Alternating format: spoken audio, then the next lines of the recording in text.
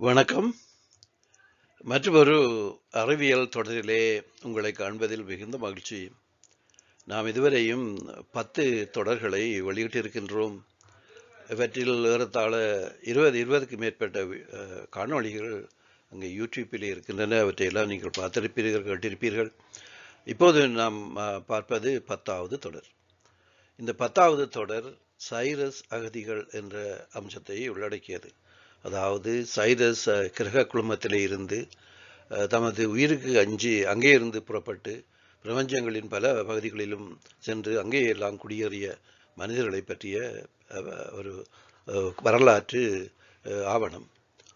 இதிலே நாங்கள் இப்பொழுது பார்க்க போவது 4வது பகுதி. அதாவது சைரஸ் அகதிகள் என்ற பிரிவை நான் 4ஆக வகுத்திருந்தேன்.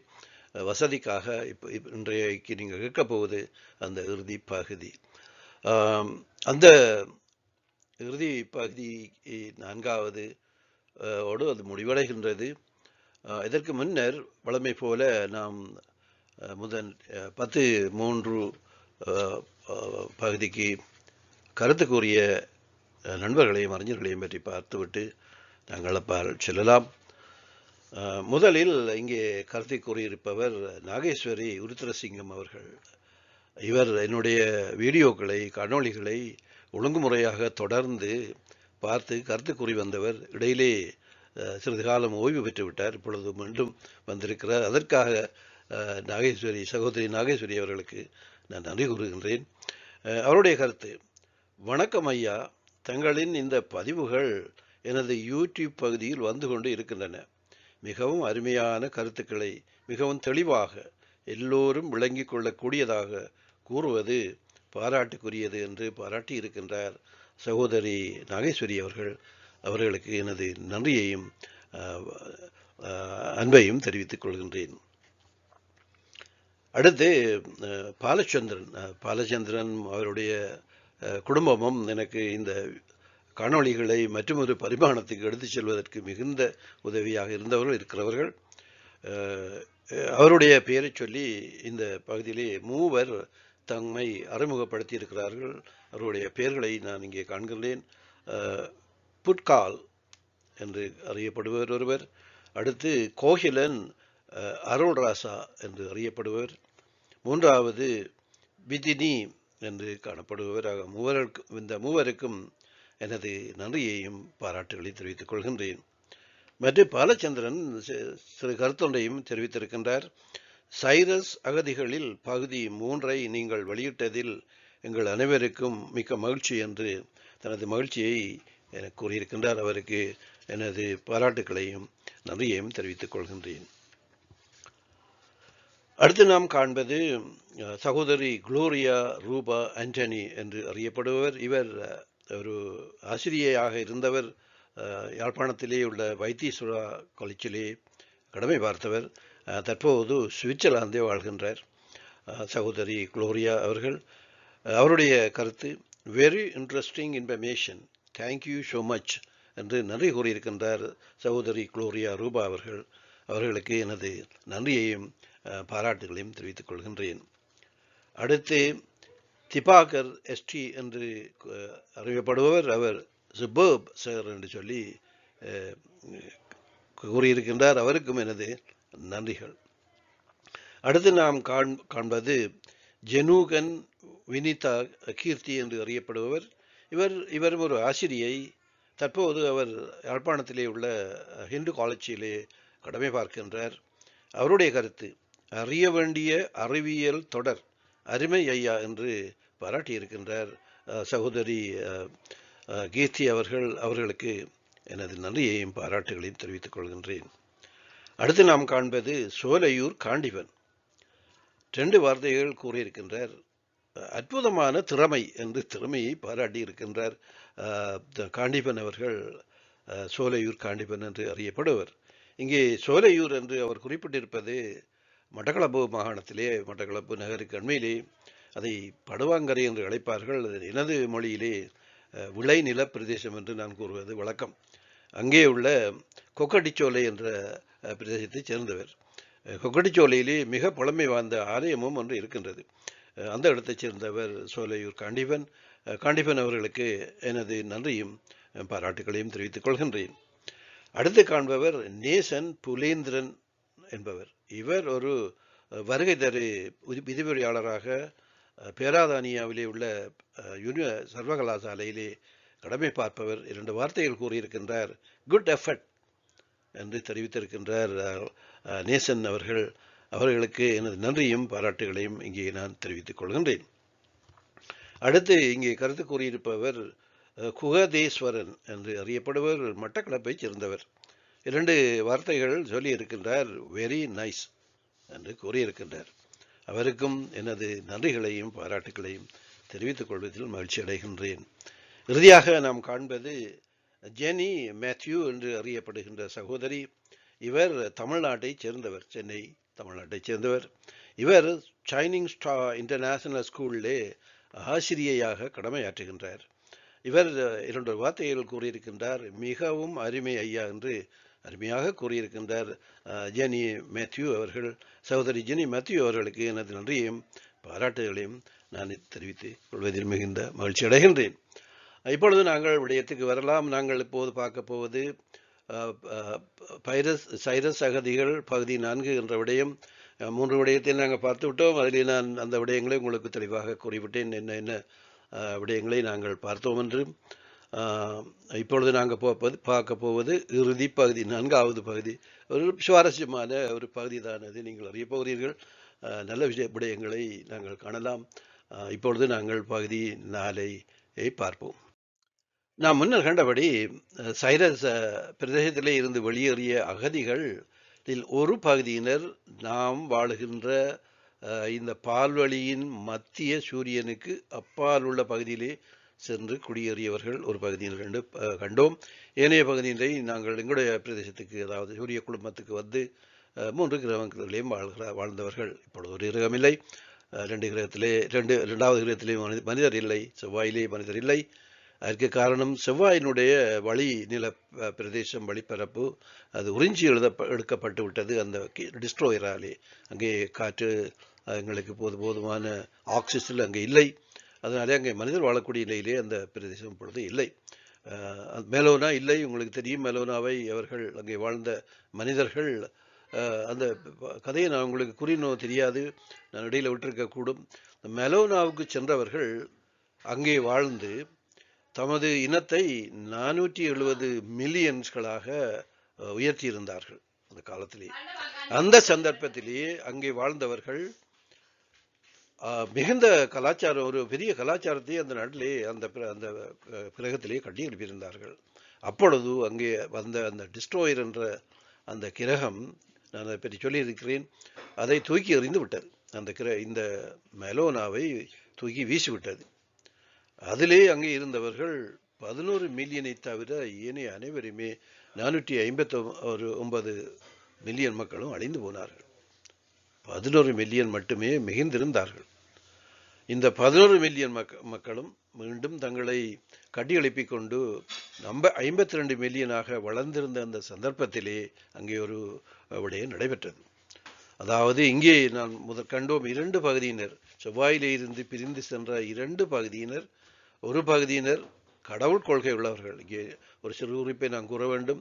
இந்த கடவுள் கொள்கை இங்கே இந்த செவ்வாயிலே இருந்துதான் மெலோனாவுக்கும் பூமிக்கும் வந்து சேர்ந்தது. வேறு எங்கும் இந்த பிரபஞ்சத்திலே நான் காணவே இல்லை. அங்கே உருவானதுதான் அந்த அகதிகளை அழைத்து வந்தவர்கள். உங்களை ஆக்கியவர் நாங்கள், எங்களை வணங்குங்கள், கலம் செய்யுங்கள், எங்களுக்கு அடிபணியுங்கள் என்ற அந்த கொள்கையை உடையவர்களாக இருந்தவர்கள். இப்பொழுதும் அந்த கொள்கை பூமி வரையும் பரவி இருக்கிறது. பாருங்கள், இந்த வல்லரசுகள் எப்பொழுதும் மற்ற அரசுகளோட சண்டை பிடிச்சு கொண்டு இருக்கிறார்கள். காரணம் அதே காரணம்தான். உங்களை அடக்கி ஆள வேண்டும், உங்களை எல்லாம் ஆட்சி செய்ய வேண்டும் என்ற ஒரே காரணம்.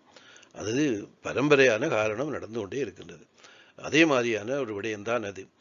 அப்போ அந்த வேளையிலே நாங்கள் அங்கே சென்றவர்கள் 2 பகுதியினரும் ஒருவருக்கு ஒருவர் சண்டையிட தொடங்கி விட்டார்கள். அந்த மெலோனா என்ற அந்த கிரகத்திலே அந்த சண்டை மிக பாரிய யுத்தமாக மாறி அது ஒரு முடிவு இல்லாத நிலைக்கு போய் சென்று கொண்டிருந்த காலத்திலே மற்ற ஒரு விஷயத்தை நான் உங்களுக்கு சொல்ல வேண்டும். யாருமே அதில் தலையிடவில்லை. அந்த அந்த பிளிஜாரன் ஃபெடரேஷன் கூட அதில் தலையிடவில்லை. அப்பொழுது பிளிஜாரன் ஃபெடரேஷனுக்கு இது தெரியும் என்ன நடக்கிறது என்று அவர்கள் அதை விட்டுவிட்டார்கள்.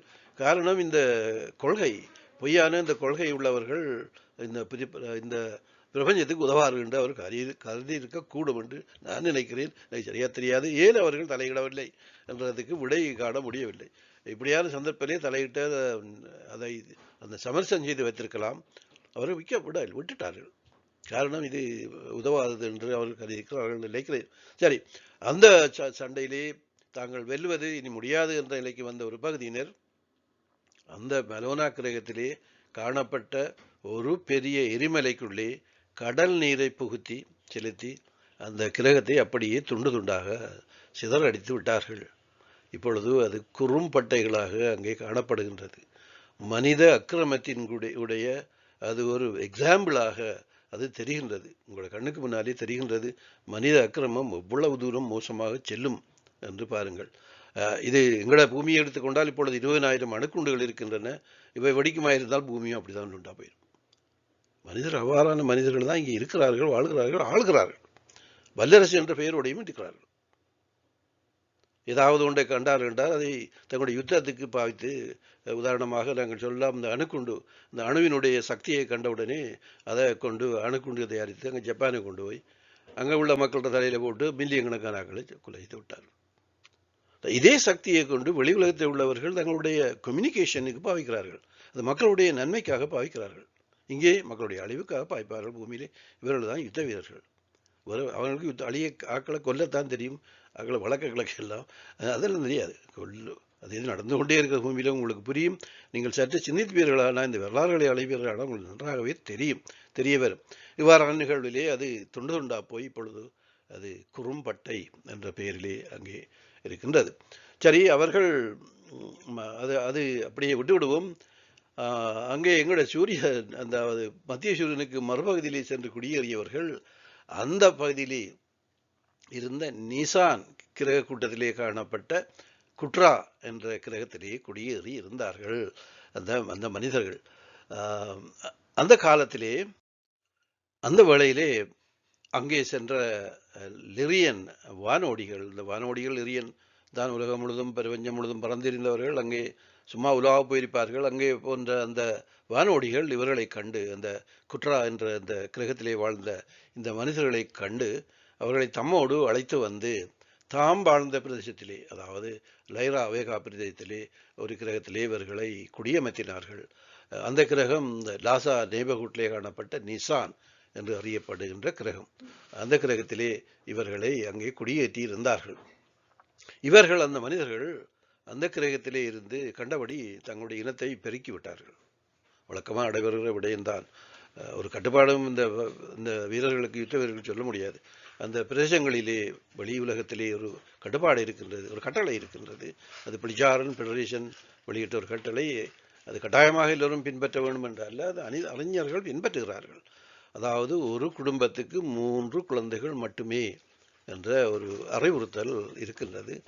அதை எல்லோரும் பின்பற்றுவார்கள். ஆனால் இவர்களுக்கு அது சரி வர மாட்டாது. இவர்கள் கல்யாணம் முடிப்பார்கள், குழந்தைகளை பெறுவார்கள், கடவுள் தந்த என்று சொல்வார்கள்.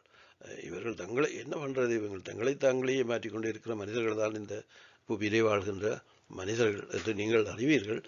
போக இவ்வாறான நிகழ்வுகளாலே இவர்கள் தங்களோட இனத்தை மிக அதிகமாக பெருக்கிக் கொண்டார்கள்.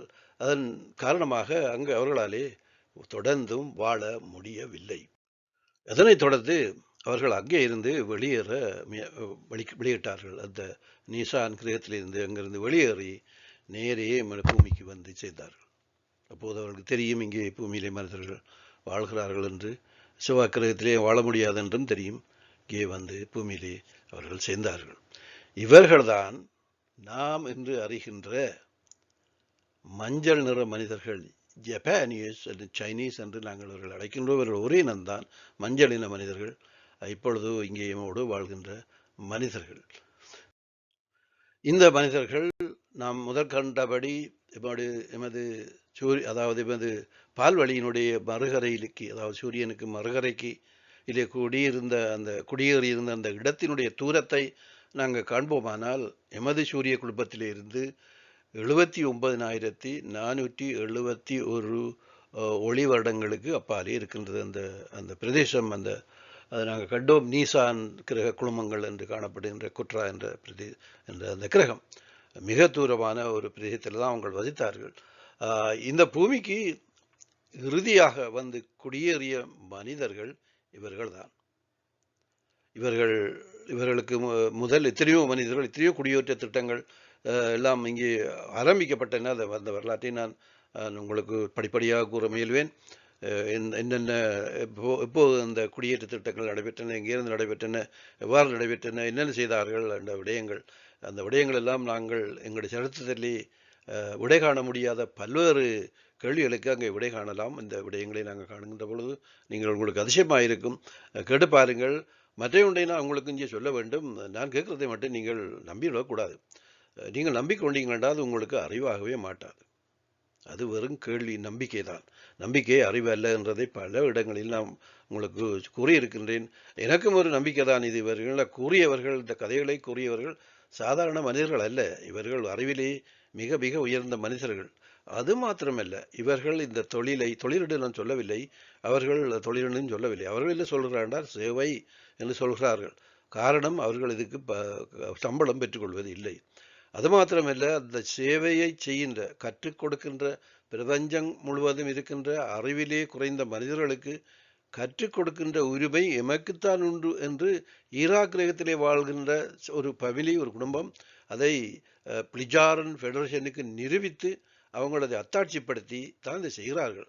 அவர்களுடைய அந்த பிளிஜாரன் ஃபெடரேஷனில் அங்கத்துவத்தாக இருக்கிறவர்கள், அந்த ஈராக் கிரகத்திலே உள்ள அந்த குடும்பத்தைச் சேர்ந்தவர்கள், அவர்களுக்கு தனி பெயரும் உண்டு. இன்ன பேர் உண்டு. அந்த பேருள்ளவர்கள் மட்டும்தான் பிரபஞ்சங்களிலே அறிவிலே குறைந்த மனிதர்களுக்கு அறிவை கூட்ட முடியும். எல்லாரும் போய் சொல்லிக் கொண்டிருக்க முடியாது, விடமாட்டார்கள். அது அறிவு என்பது இனாமாக கொடுக்கின்ற விடையும் சரியாக இருக்க வேண்டும். அது பல ஆராய்ஞ்சு சரி என்று கண்டிருக்க வேண்டும் என்று அந்த துறையிலே அறிவிலே மிக உயர்ந்த அறிஞர்களை அவர்களும் இனாமாகத்தான் வந்து செய்கிறார்கள். திரட்டிக்கொண்டு அந்த பிளிஜாரன் ஃபெடரேஷனுடைய வழிகாட்டல், அறிவுறுத்தல், பாதுகாப்பு ஆகியவற்றுக்கு மத்தியிலே தான் வந்து எங்களுடைய பூமிக்கு இந்த 64 அறிஞர்களும் 1945ஆம் ஆண்டு தொடக்கம் 95ஆம் ஆண்டு வரையுமான 50 கால பகுதியிலே பெல்லி மாயர் என்பவரை தெரிந்து அவர் ஊடாக இந்த விடயங்களை எல்லாம் பூமியிலே உள்ள மனிதர்களுக்கு தெரிவித்துக் கொண்டிருந்தார்கள். தெரிவித்தது முடிந்து விட்டது. இருந்தாலும் அவர்கள் விட்டு போகிற மாதிரி இல்லை. அந்த அஃபிஷியலாக நடக்க வேண்டிய பிளிஜாரன் ஃபெடரேஷனுடைய பாதுகாப்பு வழிகாட்டுதல் நடக்க வேண்டிய விஷயம்லாம் முடிந்தது. அவங்களே இனி அதில் தலையிட மாட்டார்கள். இவங்களாகவே பலர் திரும்ப திரும்ப வந்து அவரோட காட்சி கொண்டிருக்கிறார். உதாரணம் பெதா என்றவரும் அந்த குற்றால் என்பவரெல்லாம் இவரோட நல்ல இறுக்கமாக போய்விட்டார். காரணம், இந்த மனிதனுக்கு அவர்களுடைய அறிவு கூட. என்ன காரணம் என்று கேட்டால், இவர் தான் மீண்டும் மீண்டும் பல பெயர்களிலே பிறந்து இந்த பூமியிலே உள்ள மனிதர்களுக்கு அறிவை கூட்டியவர் அவர் தான். அவர் இப்போ இந்த மனிதன் பிளிஜாரன் ஃபெடரேஷனுடைய அங்கத்தவராக இருக்கிறார். இப்போ பிளிஜாரன் ஃபெடரேஷனுடைய பாதுகாப்பு அவருக்கு உண்டு. இப்பொழுதும் அவர் பாதுகாக்கிறார்கள். அவர் 28லே போய்விடுவார் என்று இன்னொரு 4 வருஷம் இருக்கின்றது என்று சொல்லப்படுகின்றது. அதுவரையும் அவருடைய பாதுகாப்பெல்லாம் இருக்கிறாங்க. அந்த இடம் பாதுகாக்கப்படுகின்றது அந்த பிளிஜாரன் ஃபெடரேஷனாலே. அப்படியான ஒரு விஷயம்தான் இது. ஆகவே நான் சொல்லுகிறேன். நானும் இதை கேட்டுத்தான் நீங்கள் படித்து கடந்த 10-12 வருடங்களாக இதை ஆராய்ந்துதான் உங்களுக்கு சொல்லுகிறேன். இது முக்கியமான விடயம், உண்மையான விடயம் என்று நான் எதிர்பார்த்து நின்றபடியால் அதை நீங்கள் நம்பாதீங்கள். இது நீங்களும் படித்து பார்க்கலாம். இந்த விடயம் முழுவதும் உங்களுக்கும் எல்லோருக்கும் உண்டு. பிபிலே உள்ள மனிதர்கள் அனைவருமே இதை படிக்கலாம். எந்தவித செலவும் இல்லாமல் இன்டர்நெட்டில் இருக்கின்றது. நீங்கள் அனைவருமே இதை படித்து இது சரியா, நான் சொல்கிறது சரியா என்று கூட நீங்கள் பார்க்கலாம். அப்படி நீங்கள் கண்டு அறிந்தால் தவிர நான் சொல்வதை வெறுமனை கேட்பது நிச்சயமாக அது அறிவல்ல. அது நம்பிக்கை தான். அவர் சொன்னார், இவர் சொன்னார், புத்தகத்தில் இருக்குது, அவர் PhD படித்தவர், அப்படி இப்படிலாம் நாங்கள் பார்க்குறோம். ஆசிரியர் சொன்னார். அவர்களும் யாரும் எங்கேயோ பார்த்தான்னு சொல்கிறார்கள். நான் சொல்கிற மாதிரி நானும் எங்கேயோ பார்த்தேன், அப்படித்தான் சொல்கிறேன். உங்களுக்கும் அதை தான் சொல்கிறேன். நீங்களும் அந்த எங்கேயோ போய் பார்த்தீங்கன்னா தான் உங்களுக்கும் அது புரியும். அது என்னடா அப்பா இது சொல்கிறாங்களா அப்படி இப்படின்னு கேட்டுக்கொண்டிருக்காமல் உங்களுடைய ஆர்வம் உள்ள பலர் நீங்களும் போய் அதை பாருங்கள். உங்களுக்கு வழிகாட்ட வேணும். இப்போ எங்கே பார்ப்பது, எப்படி பார்ப்பது என்று கேளுமாட்டா என்ன கேளுங்கள். அல்லது நீங்கள் சாட்டர்டே சண்டேயில் எனக்கு நீங்கள் கால் பண்ணலாம். நேராக அந்த மெசஞ்சர் மூலமாக உங்களுக்கு தேவைப்பட்டால் நான் உங்களுக்கு அது எவ்வாறு செய்கிறதுன்றது உங்களுக்கு நீங்கள் கம்ப்யூட்டரில் இருந்தால் நான் உங்களுக்கு அதை நான் சொல்லி தரலாம் எவ்வாறுன்னு சொல்லி நீங்களும் படிக்கலாம். ஏனென்றால் நான் மட்டும் இந்த விஷயத்தை தமிழ் மக்களுக்கு எடுத்து சொல்ல முடியாது. என்ன இல்லை, நாளைக்கு இப்போ 80 வயது ஆகுது, நான் எங்கே போகிறது? நானும் கொஞ்ச காலத்தால் நானும் போயிடுவேன் இல்லையா? இப்போ நீங்கள் யாராவது செய்ய ஒன்றுமில்லை. அப்போ உங்களுக்கு இதில் ஆர்வம் உள்ளவர்கள் தயவுசெய்து உங்களோட நேரத்தை கொஞ்சம் அவதில் எடுத்து, நானும் இந்த நாட்டிலே தெரியும், இந்த கனடாவிலே சும்மா மேலாம் இருக்க முடியாது, டைமே கிடையாது. அதுக்குள்ளே தான் இந்த டைமை ஒதுக்கி நான் உங்களுக்காக, தமிழ் மக்களுக்காக இந்த சேவையை அந்த பிளிஜாரன் பெருசையும் செய்கிற மாதிரி நானும் ஃப்ரீயாக செய்கிறேன் உங்களுக்கு. அதான் ஒன்றுதான் நான் எங்கள் தமிழ்நாட்களுக்கு நான் செய்யலாம்ன்றது. அறிவை ஊட்டுதல் உயிரினுடைய கடமை. அது பிரபஞ்ச விதி. இது is a rule of universe, creation of rule. அது அந்த யூனிவர்ஸின் படி நான் ஒரு மனிதனுடைய இன்னொரு மனிதனுக்கு சொல்லிக் கொடுக்க வேண்டும் நான் அறிந்தது என்ற அந்த அடிப்படையிலே உங்களோடு இந்த விடயங்களை எல்லாம் நான் கலந்து கொள்கின்றேன். தயவுசெய்து நீங்களும் இந்த விடயத்திலே பங்கெடுத்து இதை தொடர்ந்து செய்வதற்கும் நீங்கள் செய்ய வேணும். தொடர்ந்து என்னால் முடிக்க முடியாது. இந்த 64 அறிஞர்களும் 50 வருடமாக கற்றுக் கொடுத்த விடயத்தை ஒரு மனுஷனால் எப்படி செய்ய முடியும்? அது முடியாது. அது ஒரு சிறு பகுதி, ஒரு துள்ளிதான் நான் எடுத்திருக்கிறேன். முக்கியமான விஷயங்களை மட்டும், சொல்லாத விடயங்கள் எதுவுமே இல்லை. நான் பலமுறை உங்களுக்கு சொல்லியிருக்கிறேன். பலருக்கு அவர்கள் சொல்லிய விடயங்களை ஒரு வசனமாக எடுத்து ஒரு லிஸ்ட் பண்ணியிருக்கிறார்கள், இண்டெக்ஸ் என்று சொல்லி. அந்த லிஸ்ட் நாங்கள் வளர்கிற பேப்பரிலே 149 பக்கத்துக்கு போகுது. இந்த மாதிரியான பேப்பர்லே 149 பக்கத்துக்கு அது செல்கிறது. அந்த இண்டெக்ஸ் மட்டும், அந்த பேர் என்னென்ன விடயங்கள் ஆனால் அடிப்படையில் அப்படின்னா எவ்வளோ விடயத்தை சொல்லியிருப்பார்கள். என்னை பொறுத்தவரை அவர் சொல்லாத விடயமே இல்லை என்றுதான் நான் கூறுவேன். அப்படி ஒன்று இருக்கிற மாதிரி தெரியல. அதுவும் அந்தந்த துறையிலே மிகுந்த அறிவை பெற்ற அறிஞர்கள் கூறிய விடயங்கள் அது. அவர்கள் அதை ஆராய்ந்து அதிலே இஸ்விச் அல்லது இஸ் ரிச் என்ற பட்டத்தை பெற்றவர்கள். இஸ்விச் என்று சொன்னால் ஆண், இஸ் ரிச் என்று சொன்னால் பெண். அதான் வித்தியாசம். அந்த ஆக உயர்ந்த படிப்பை அந்த பிளிஜாரன் பெடரேஷனால் கொடுக்கப்பட்டவர்கள், அதில் அத்தாட்சிப்படுத்தப்பட்டவர்கள் தான் சொல்லி இதையெல்லாம் சொல்லுகிறார்கள். சரியாக பார்த்து சரியாக சொல்லுகிறார்கள். ஒரு மரந்தடிகள் கூட, எங்களோட புல்லு புழுங்கள் கூட சொல்லுகிறார்கள். இங்கே இருக்கிற ஏர்ப்ஸ் என்று சொல்லுவோமே, அந்த பழங்கால வைத்திய முறைகள், அதுகளில் உள்ள மருந்துகள் எல்லாம் சொல்லுறார்கள். என்ன செய்வேன் தெரியாத விஷயங்கள். எங்கேயோ ஆற்றுல கிடக்கிற இன்னும் புல்லு இன்னும் செய்வேன் சொல்கிறார்கள். இன்னும் படித்து பாருங்கள், இன்னும் இருக்குது. இதுகளெல்லாம் முதலே சொல்லப்பட்டிருக்கிறது. அவர்கள் சொல்லிக் கொண்டு தான் இருக்கிறார்கள். எங்களுக்கு இது ஒன்றும் பூர்வமோ என்னவோ தெரியாது. தயவுசெய்து படியுங்கள், இதை பாருங்கள். என்னென்று நீங்களும் உங்களுடைய சமுதாயத்துக்கு, உங்களுடைய பரம்பரைக்கு இதை எடுத்து செல்லுங்கள். இது அறிவு. நீங்கள் நின்று இல்லாவிட்டாலும் என்று ஒரு நாள் இதை அறிந்தே ஆக வேண்டும். இந்த அறிவு இல்லாவிட்டால் இந்த தொழில்நுட்பம் வராது. தொழில்நுட்பம் இல்லாவிட்டால் நாங்கள் பூமி விட்டு போகவே முடியாது. பூமியோடு சேர்ந்து அழித்து விட வேண்டும். அதாவது பூமி இன்னும் 5 மில்லியன் ஆண்டுகள் இருக்கின்றன. அதுக்குள்ள நாங்கள் இதை படித்து இந்த அறிவை பெற்று, டெக்னாலஜியை பெற்று இங்கிருந்து வெளியேற விட வேண்டும். அல்ல பூமியோடு சேர்ந்து அழிந்து விட வேண்டும். இதுதான் இந்த கடைசி முடிவு. உங்களுக்கு தெரியும், பக்கத்திலே ஒரு கிரகம் நான் அடிக்கடி சொல்வதுண்டு, அக்காட் என்று சொல்லி. அந்த கிரகத்தில் உள்ள மனிதர்கள் தனது இனத்தை பெருக்கி, அளவுக்கு அதிகமாகவே பெருக்கி, அந்த ஃபெடரேஷன், இந்த பிளிஜாரன் ஃபெடரேஷன் இந்த அக்காட்டில் உள்ள மனிதர்களுக்கு சொன்னது, உங்களோட ஜனத்தொகையை கட்டுப்படுத்தி கொள்ளுங்கள் என்று பல முறை சொன்னது. இவங்கள் அறிவியலை உயர்ந்தவர்கள் தான், ஆனால் இவங்களுக்கு அது தலைக்குள்ள உள்ளவர்களோட அதெல்லாம் பயம். 136 மில்லியன் தண்ணி இல்லை, சாப்பாடு இல்லை, பூமிக்கு தான் வந்தார்கள். அது தேடி பூமியிலிருந்து தான் தண்ணி எடுத்தார்கள். சாப்பாட்டு பொருட்களை, விதை பொருட்களை அங்கே உங்களுக்கு கேள்விப்பட்டிருப்பீர்கள், கிராப் கட்டிங் என்று சொல்லி. இந்த அக்காட்டில் உள்ள மனிதர்கள் தான் அதை செய்தவர்கள். அங்கேயே அதை கட் பண்ணி கொண்டு போய் அங்கே செய்து, தண்ணி இல்லாமல் இங்கே தண்ணி எடுத்து கொண்டு போகிறது முடியுமா? அது ஒரு பெரிய கிரகத்திலே 136 மில்லியன் மக்களுக்கு முடியுமா? முடியாது. எல்லாரும் அப்படி அழிந்து போனார்கள். இறுதியாக 16 மில்லியனாக இருக்கின்ற பொழுது அந்த பிளிஜாரம் பிரதேசம் கடைசியாக சொன்னாங்க, சரி போய் எடுத்து வீச்சதையாக எங்கேயா கொண்டு விடும். அதுபோல் ஃபெட்டா என்பவர் தான் தன்னுடைய படைகளோடு போய் அங்கே இருந்த 116 மில்லியன் மக்களை அங்கிருந்து எடுத்து சென்று ஒரு கிரகத்திலே குடியேற்றார்கள். கடந்த 1970 80 நினைக்கின்றேன், அந்த ஆண்டு எனக்கு தெரியவில்லை, 70களில் தான் இந்த விஷயம் நடந்துவிட்டது. பாருங்கள், அந்த ஆக்சிஜன் என்றது சரியான முக்கியமான ஒரு பொருள். நாங்கள் எங்களோட பூமியிலே அதை இழந்து கொண்டு போகின்றோம். இன்றைக்கு 50-60 வருடங்களுக்கு முதல் இந்த ஆக்சிஜன் அந்த அளவை நீங்கள் காணுவீர்களானால், எங்களுடைய அட்மாஸ்பியர் எங்களுடைய இதிலே இருந்தது கிட்டத்தட்ட 30 வீதம் என்று நினைக்கிறேன், 34 வீதமாக இருந்தது. இப்போது 20 வீதமாக குறைந்து விட்டது. அப்போது 34, இப்போது 20. இன்னொரு 50 வருடம் போனால் நடக்கும். எல்லாரும் இழுக்க வேண்டி தான் வரும் இல்லையா? காற்று இல்லை, எங்களுக்கு ஆக்சிஜன் இல்லை. என்ன காரணம்? ஜனத்தை பெருத்து கொண்டே போகிறது. ஜனம் குடியேறுவதற்கு இருப்பதற்கு காடுகள் அழிபட்டு கொண்டே போகின்றன. காடுகள் எங்களுக்கு வேண்டும். இந்த ஆக்சிஜனை அது ப்ரிப்பேர் பண்ணி அதுதான் ப்ரொடியூஸ் பண்ணுது. அதை அழித்து விட்டு போட்டு நாங்கள் எங்கே போகிறது? அதுதான் செய்து கொண்டிருக்கின்றோம். இந்த பூமி தருகின்ற அந்த ரிசோர்ஸஸின் அடிப்படையிலே இங்கே வாழக்கூடிய மனிதர்களுடைய தொகை 529 மில்லியன் மட்டுமே. அதை இப்பொழுது 2 மடங்காக பெருகிவிட்டது.